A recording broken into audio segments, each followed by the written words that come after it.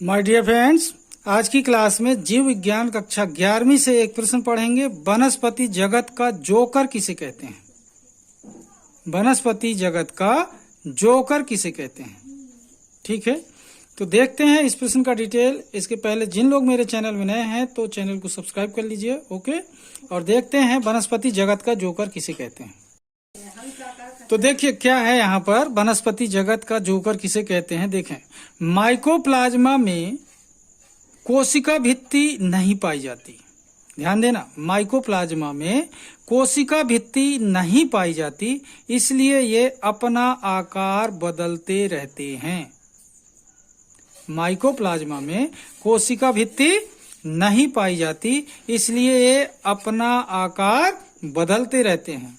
इस कारण से माइकोप्लाज्मा को वनस्पति का जोकर कहते हैं।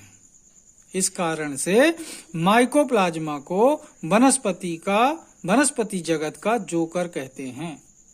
ठीक है, तो क्या समझ रहे हैं यहाँ पर कि वनस्पति जगत का जोकर किसे कहते हैं? तो आंसर क्या हुआ, वनस्पति जगत का जोकर माइकोप्लाज्मा को कहते हैं। अगर क्वेश्चन बनता है माइकोप्लाज्मा को वनस्पति जगत का जोकर कहते हैं क्यों, तो आंसर क्या होगा, माइकोप्लाज्मा में कोशिका भित्ति नहीं होती, जिसके कारण ये अपना आकार बदल लेते हैं, अदल बदल कर अलग अलग आकार के हो जाते हैं, इसलिए इन्हें जोकर कहते हैं, वनस्पति जगत का।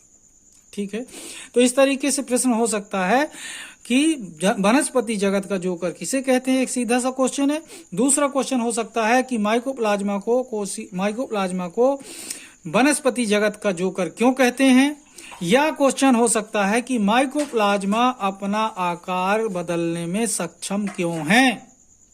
ठीक है, तो इस तरीके से प्रश्न हो सकता है। तो एक बार फिर से समझिए, माइकोप्लाज्मा में कोशिका भित्ति नहीं होती, मतलब किसका खेल है यहाँ पर, कोशिका भित्ति का। माइकोप्लाज्मा में कोशिका भित्ति नहीं पाई जाती, इसलिए ये अपना आकार बदलते रहते हैं।